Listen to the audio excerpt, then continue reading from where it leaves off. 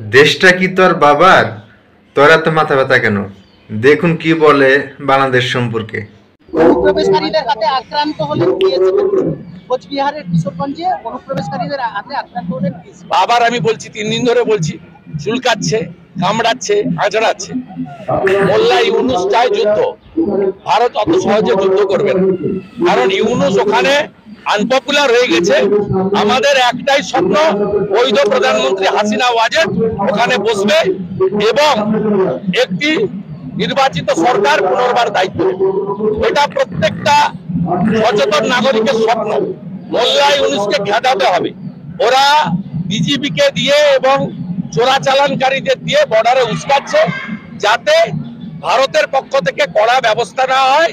কড়া ব্যবস্থা নিয়ে দেশপ্রেমের জিগির দিয়ে এই অবৈধ সরকার, মোল্লা ইউনুসের সরকার টিকে থাকার প্ল্যান করছে। হবে না।